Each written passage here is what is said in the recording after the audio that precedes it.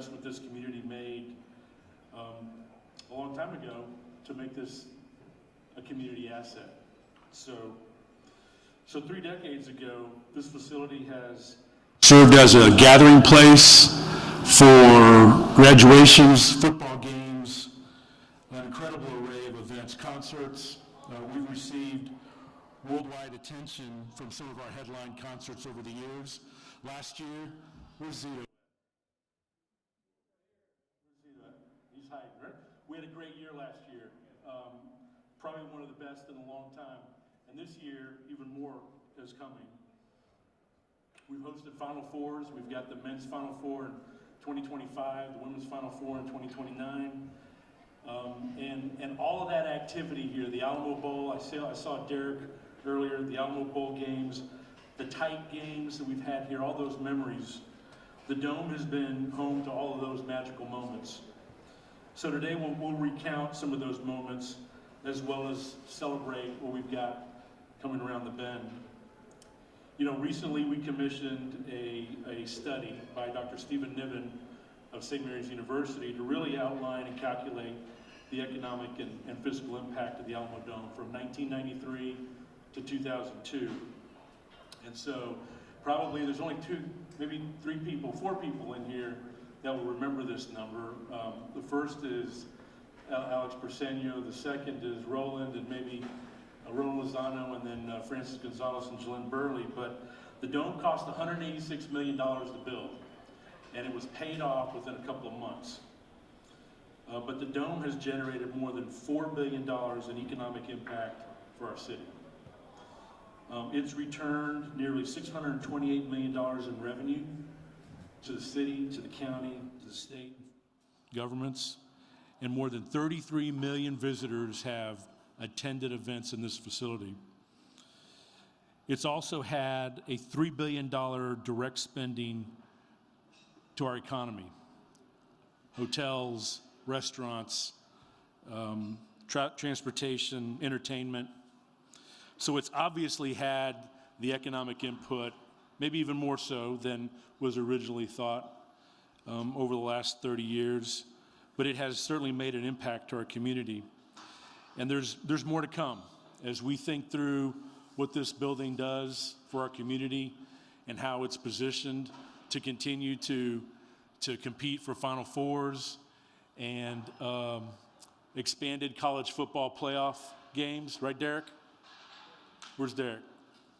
Right, Derek? You know, more to come. But today is a day of thanking those that helped make this facility come true. And I want to thank, it's good to see Alex Persenio here and Roland Lozano. And I think, Roland, when I was 10 or 12, I used to run around this building with you a little bit. I don't think I was that young, but it feels like I was 10 or 12.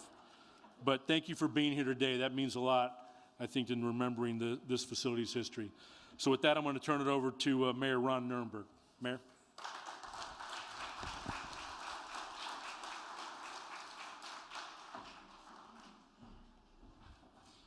Good afternoon. Good to see everybody.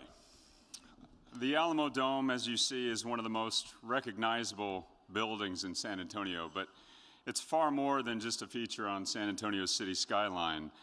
The Dome is the location of many of our community's most memorable gatherings and events. Paul McCartney rock and rolled here during its christening on May 29th, 1993. One of my favorites, in fact, one of my wedding presents. George Strait's Country Music Festival has been here a few times. How about the record-setting show that Bad Bunny threw this year? One of the top concerts in the country last year. And of course, the Alamodome has been the site of lifetime memories for hundreds of thousands of music fans. One of my particular favorites, the stadium tour last year, had to have been my favorite concert of my entire life. And so I don't know about you, I'm looking forward to Guns N' Roses coming back in the Dome in September. And of course, they're getting ready for Wednesday night, Red Hot Chili Peppers. But I want to make special thanks, or give special thanks, to all the folks who around this community gathered here, inside and outside, during the height of one of our emergencies and one of the most difficult times that we've had in our community's history. And that was during the height of our pandemic. This was also a location for food drives, vaccination drives, and our emergency operations as the nerve center for what we were doing to help support our community in need. The Alamodome remains the city's only facility also that can handle the biggest concerts in the world. Of course, concerts are only part of the story. The Twin Towers, Tim Duncan and David Robinson, made a lot of history here with the Spurs. In fact, I'm still waiting, and one day we will have a bronze statue of those two holding up the trophies together on the parking in front of the Alamodome. Is that a vision we can get behind? I want to see that one day, Eric. And the Alamodome, of course, has enabled our city to witness many major boxing matches. Pernell Whitaker versus Julio Cesar Chavez comes to mind. And who can forget the Mexican soccer matches that have filled the house with excitement and fans? Of course, the Alamo Bowl is now a celebrated and much-loved Alamo tradition. It's one of the most competitive bowl matchups of the year every year. And like the Alamodome itself, the Alamo Bowl celebrated its 30th anniversary just this year. And thanks to the Alamodome, San Antonio has been the site now of 4 NCAA men's Final Four events, 3 women's Final Four showdowns, and we are scheduled for another of each, men's Final Four coming back in 2025 and the women in 2029. And now, the Alamodome is the home of our UTSA Roadrunners. Can we get birds up? Come on, folks. A little bit of excitement for UTSA, whose stellar performance is under the direction of Coach Jeff Traylor and has created national interest in the UTSA football program, which is still young. Those are just some of the highlights. Millions of people and many, many events have passed through the Alamodome, making it a touchstone for countless San Antonio memories for visitors and residents alike. In fact, Steve Niven, who was just mentioned, reported that almost half of the Alamodome visitors over the years have come from outside of a metropolitan area.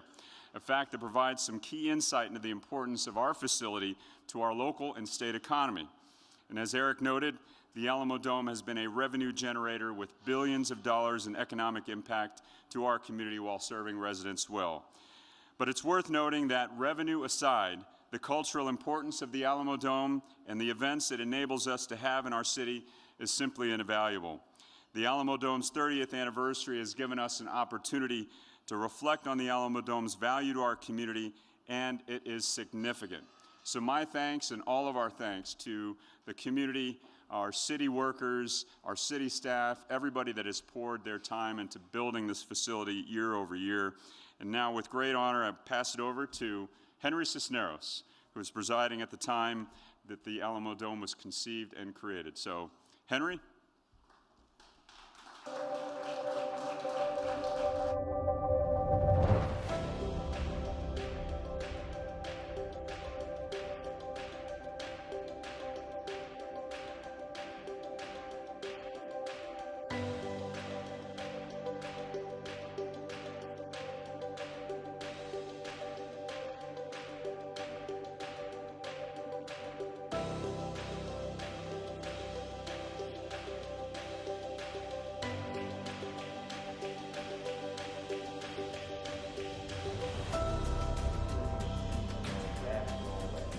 International prominence, the Alamodome has been catalyst for that growth. Can you imagine what our city would be today without the Alamodome and its impact? Division I football, the Valero Alamo Bowl, Final Four, graduation, boxing, concerts, and on and on. Is there another building in Texas that has hosted more championship events at every level? I don't think so. From its first day, on May 15, 1993, the Alamodome has represented a place of moments and memories for San Antonio, and the visitors have been drawn here by the events it has hosted. More than 33 million people from all over the world have come through its doors over these last 3 decades, generating more than $4 billion for the San Antonio economy. I'm proud to join you celebrating as the Alamodome reaches 30 years old. I join you today in looking forward to what the future will bring for this great facility and this great city. Thank you.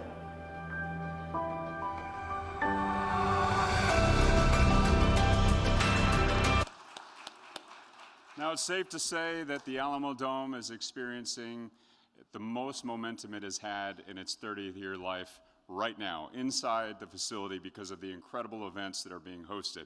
And within the industry, there are those who make it happen. And within the industry in San Antonio, there's one guy that's known as Z. So let me bring him up. Let's go, Z. Steve Zito.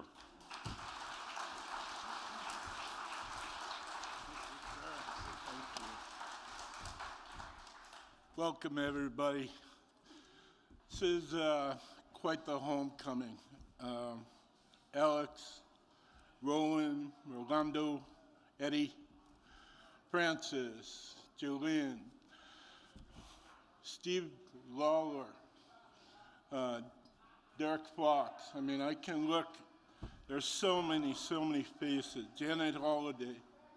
Who'd have thought? 30 years. Here we are. It's my honor to introduce the guy that was responsible for building this building, former Assistant City Manager, Dome Development Director, Roland Lozano. Roland?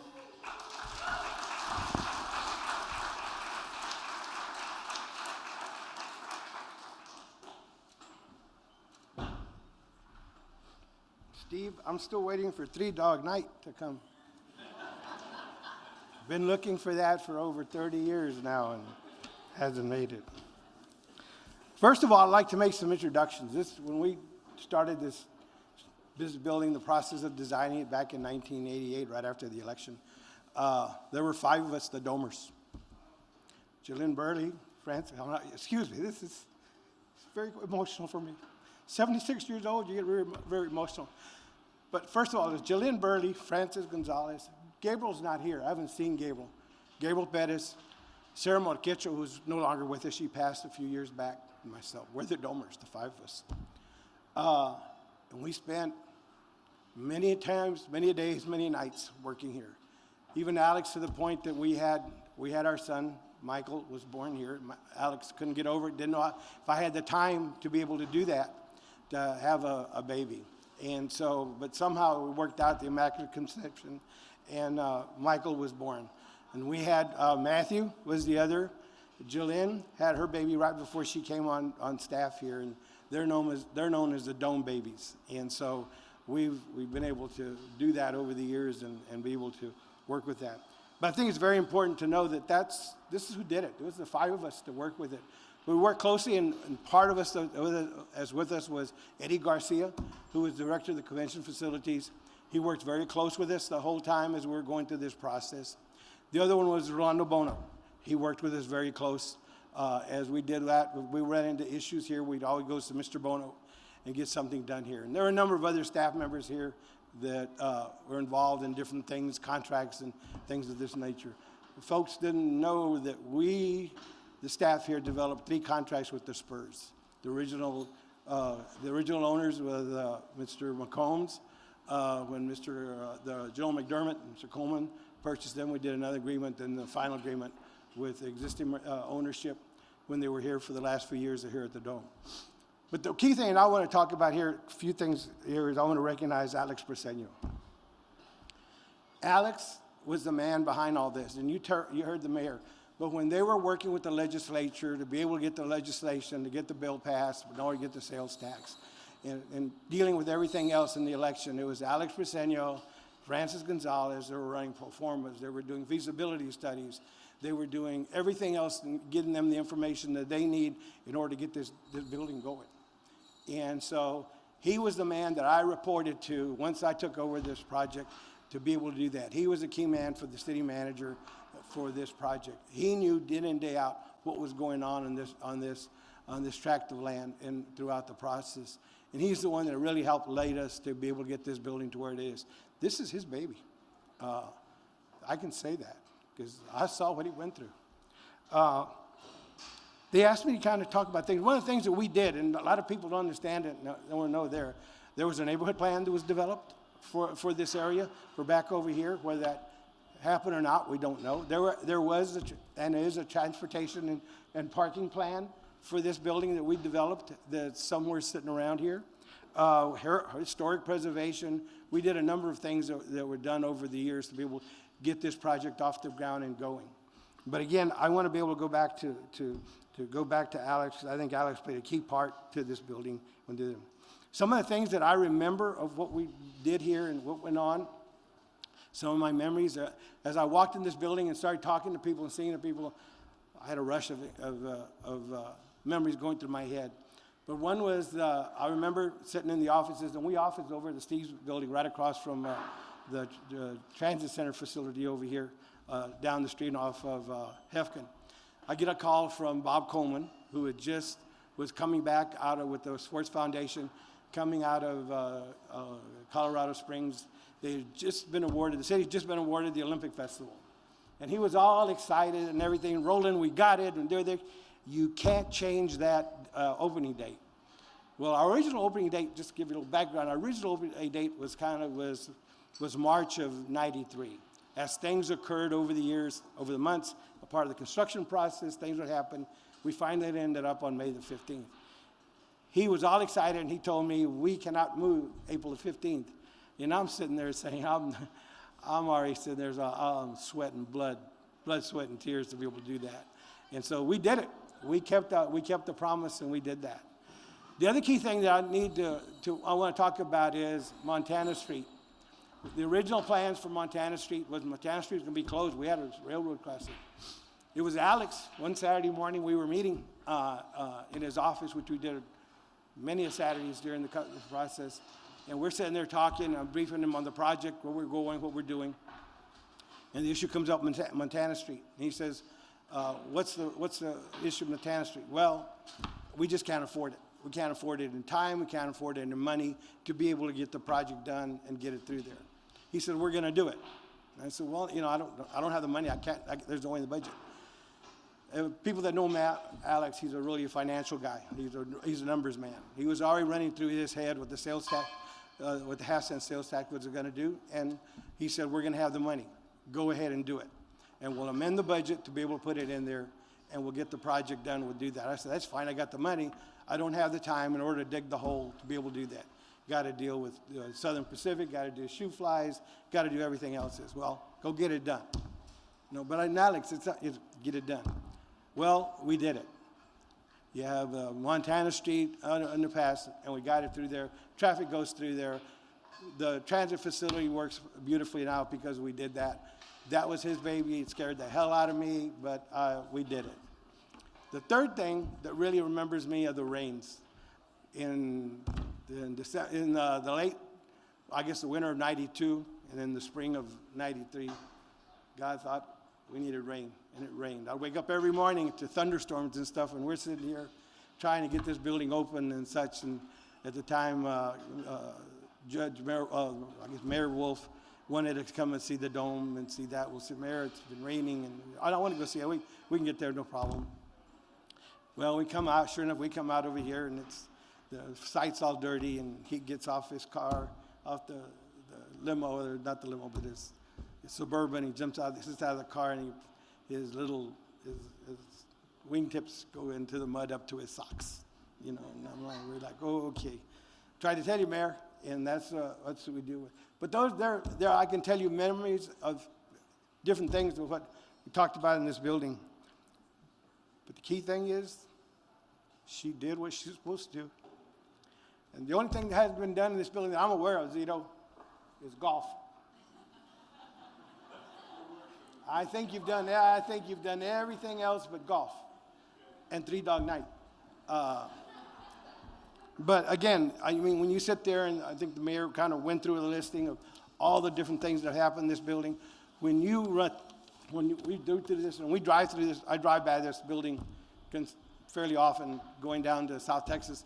It brings back some memories of what's going on. But the biggest thing that comes back to me is that it did what it said it was going to do, and it's done more.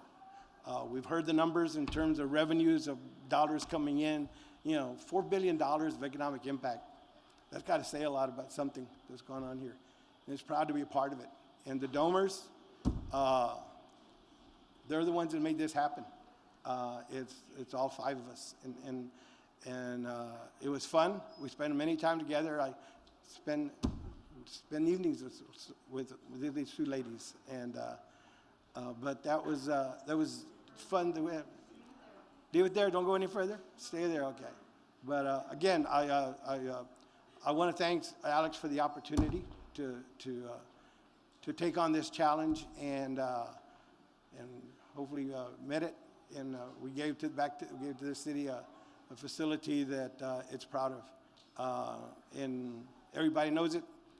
With the 4 masts, it's just an unbelievable. And she's a great lady. Thank you. And I want to introduce to you Steve Suter, who was head of the. I don't know if everybody knows. He was the head of the architectural firm that led in the design of the building. And so I'll turn it over to Steve, and he still talks to us, so that's what's great.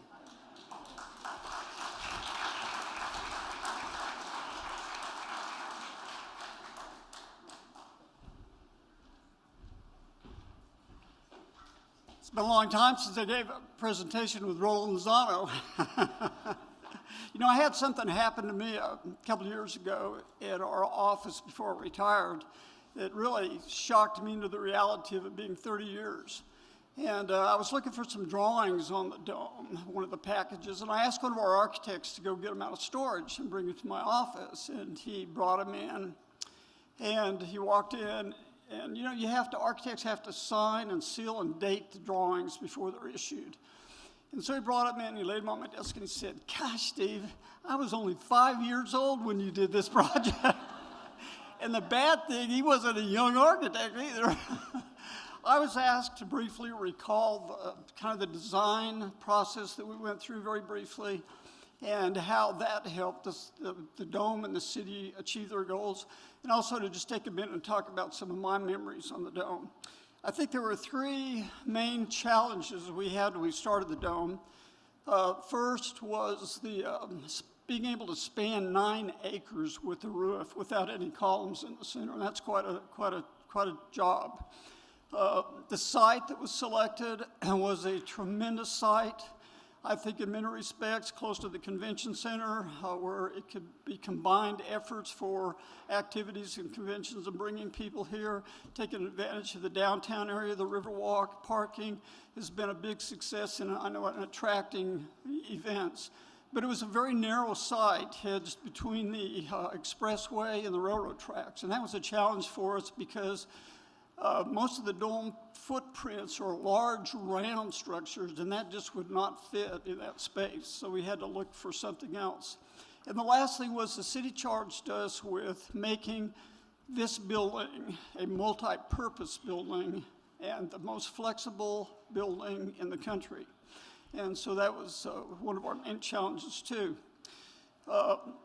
On the structure, we couldn't really rely on looking at buildings that have been done in the past, because the early buildings that were built in the 60s and 70s, early 80s were either huge, heavy structural buildings like the Astrodome or the Superdome, or they were inflated structures held up by air pressure. And the big structural buildings had just gotten too expensive, the steel buildings. And then the inflated buildings were subject to tears and deflations. They had to be held up by huge fans, and the cost of running those fans every day was just too expensive. So we came up with 12 possibilities, analyzed them, and this was a solution. It's called a cable stayed system. Basically a bridge technology, very simple. Put up 4 towers, you hang the roof in the center from cables, and instead of a roadway that you have in a bridge. So it's basically the same philosophy, and it's very simple and straightforward. We could take advantage of the narrow side by lengthening the building out a little bit. So it was a very good solution. I think it was also good expression of architecture, because while a lot of people had seen the bubble, we call them the bubble domes for many years, this building was something different, unique to San Antonio. It had the towers, which we have the Tower of the Americas across the street, the tall buildings downtown, so we thought it really fit into this environment. So those were the challenges. On the flexibility, we worked with seating manufacturers to come up with a movable, retractable seating system. It was one of the first in the country back at that time that could be changed in different configurations in the buildings. So those were the main objectives that the team met. I think that memories that I had a lot of memories. As Roland said, we practically lived down here, lived together for those years. The Office of Dome Development, the project management team that we had, the architects and engineers. We had 18 firms on our architectural engineering team, public relations team, Alex Persino. We used to, whenever we had a problem, nobody knew what to do, we would meet with Alex in his office at night after he finished his daily work and get his counsel on things to do. So he was tremendous to work with. We did have some funny things happen over the years. You know, we had the Dome Ghost. We had the Dome Ghost. You remember the Dome Ghost? I don't know if she's still here, but in the northeast quadrant of the building, and our staff saw her often. Lady dressed in white that was sweeping the floor, and every time we'd run over there, there was nobody there. We had a tremendous flood. Roland talked about raining, but when we excavated for the building, the main floor of the building is down 20 feet from the outside grade. So we had a horrible rain, just rained for weeks. And when it finally stopped, there was the hole was full of water. And so I came down here one morning, I remember it was on a Sunday morning, and I saw some guys in the water. And I walked over there and looked down, and it was Gerald and James Lida, who were the owners of the construction company, came down here on Sunday morning and were hooking up pumps to pump out the water so they could get back to work. And I think that was just an example of the dedication of the team and stepping forward and doing things beyond the call of duty. We gave, with Roland and his staff, we gave, I think, about 100 presentations to community groups during those years, and churches and Optimist clubs and neighborhood associations and PTAs. And it was a unique experience because some people were so excited about the dome, looking forward to it, had suggestions. Some people were not. Some people didn't vote for the dome, so they were not happy with us. Some people didn't like the dome design because they thought it was going to be a bubble. But it was really good, I think. It was really, because it emphasized that the dome project was everybody's project. The dome was everybody's project in San Antonio, and they felt very strongly about it. And it really helped us, I think, in the end. But I have tremendous memories of working with the team and staff here, and things that I'll always remember for the rest of my life, long-term, lifetime friendships. So thank you. And now back to Mr. Zito.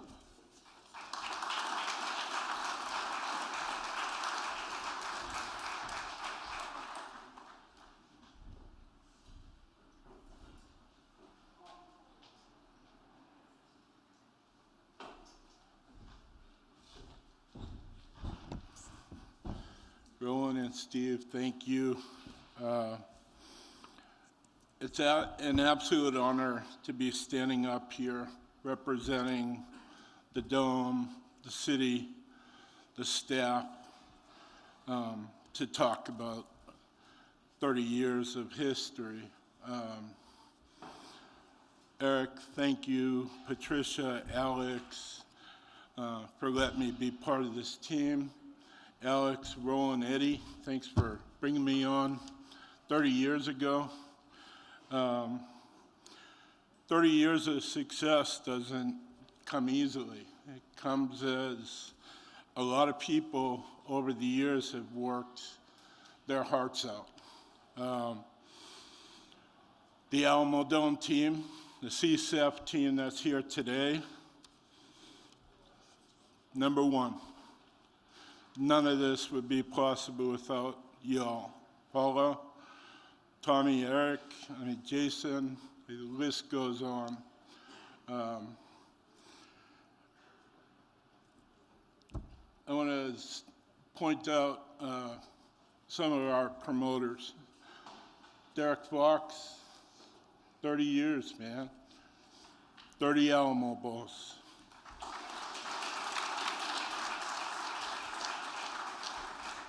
Over $1 billion of economic impact from that one event, one time per year here in this dome and for this city. Can't wait to do more.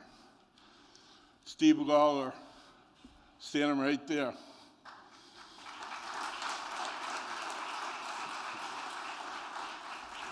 Steve Lawler, we worked together to do Paul McCartney as the first concert. This building and George Strait Music Festival. Bill Drain. You know,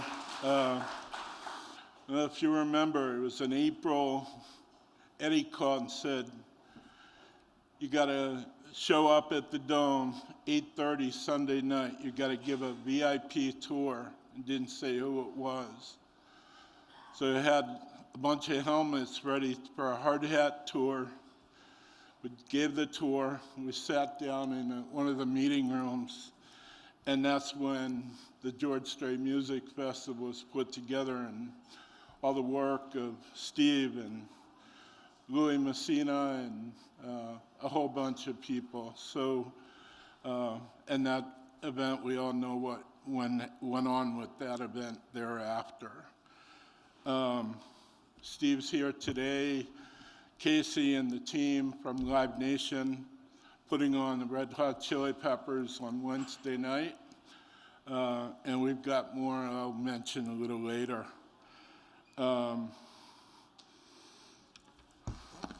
UTSA, I know Darren and Lisa are here, but a big thank you for you all, and another big year coming up. Beld Entertainment, Disney on Ice and the Monster Jams, and a new circus coming up this year for 24. San Antonio Spurs, anybody here? In January, we hosted the largest NBA event ever, over 68,000 people in here in January. AEG, not here, Elton John and Rammstein just this past year. Cheer Power, the Home and Garden shows, those shows go back almost 30 years. Boxing, Lester James, you know, Chavez Whitaker fight up to, I don't know, 8 months, Michael. We have held the world record for the largest indoor boxing event, over 61,000 people. And the list goes on. There's countless records, countless events. What Roland and Steve and Alex and Eddie and the building that you guys helped create for us, I hope you haven't been let down, because there's nothing this building can't do. And I promise you, by the time I leave, we'll have golf in here rolling.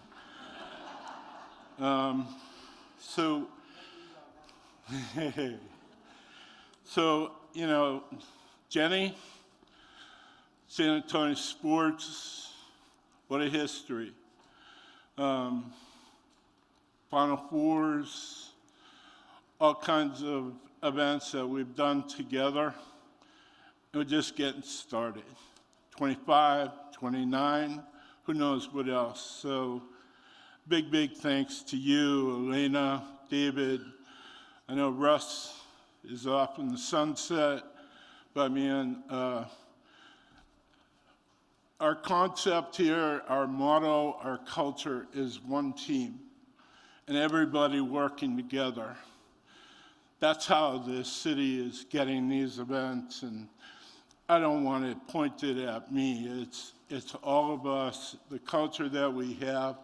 It's what this city is about and deserves, and we're going to get more of it. So the one thing I've left out is the XFL. So there's a little message we want to show everybody. Gio? Happy 30th anniversary, Alamodome. We are so excited and so proud of you and just ecstatic about this incredible history that's happened here. We were thrilled to bring our Brahmas here. Yes, our San Antonio Brahmas, and we are thrilled, as you guys can see, bringing our XFL championship game here, Alamodome. Congratulations on an incredible, historic, iconic, you can hear the music, 30 years of entertaining fans, and that's the most important thing. And we essentially started our WWE career here in the Alamodome. My first Royal Rumble was out here. You guys cheered me on in the Alamodome. I had a bad haircut and a fanny pack, but we thank you on behalf of Danny and myself and the XFL. And we look forward to making even more history here. So congratulations and thank you. Congrats, Alamodome.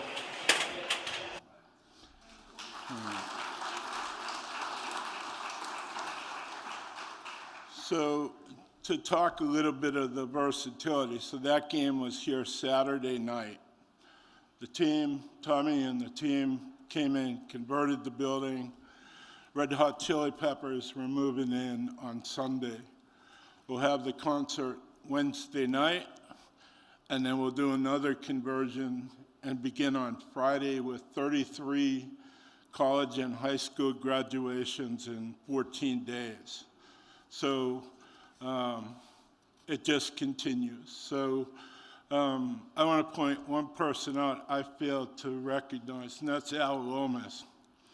Al Lomas, Eddie asked me to, or put Al with me when I came on board 30 years ago, and took me under his wings, introduced me to many people in this city, and that's how we opened the Alamodome. And those relationships today are what helps make us successful. So, brother, Jim Murray, Bill Drain, Michael Flores, who opened this building with me, just awesome. So love you guys. Janet Holiday, wherever you are, I love you. So stay tuned. In addition to the events I listed, we have Pink in September, Guns N' Roses the day after. We have UTSA football kicking off. We have the second annual KSAT High School Pigskin Classic, the Alamo Bowl. We don't have a date yet, but that should be coming soon. It'll be in December. So stay tuned. Alamodome's just getting going. Now I'd like to invite everybody to come back into the eyebrow, and our director, Patricia Muskies-Contour, is going to have a toast. I'd like everybody to join us. Big thanks for everyone being here. Thank you.